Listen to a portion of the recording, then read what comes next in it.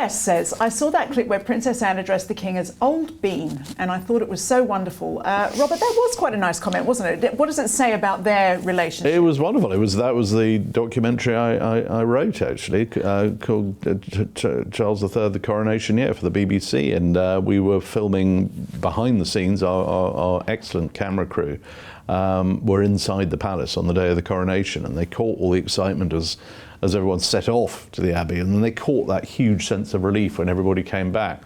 And there was this sweet moment as the royal family are sort of gathering to go out onto the balcony for the big kind of wave at the end of it and the fly past.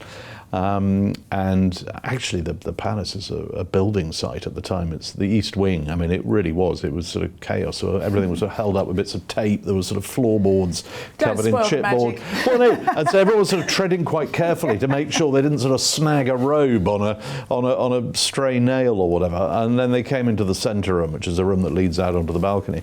And it was really the first time they'd all had the chance to sort of have a chat after the service.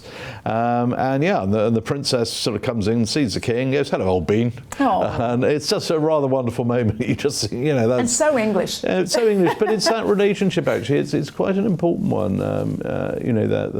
for the sovereign to have that sort of, particularly for a king. King George V was always terribly fond of his sister. It was a very sort of endearing connection.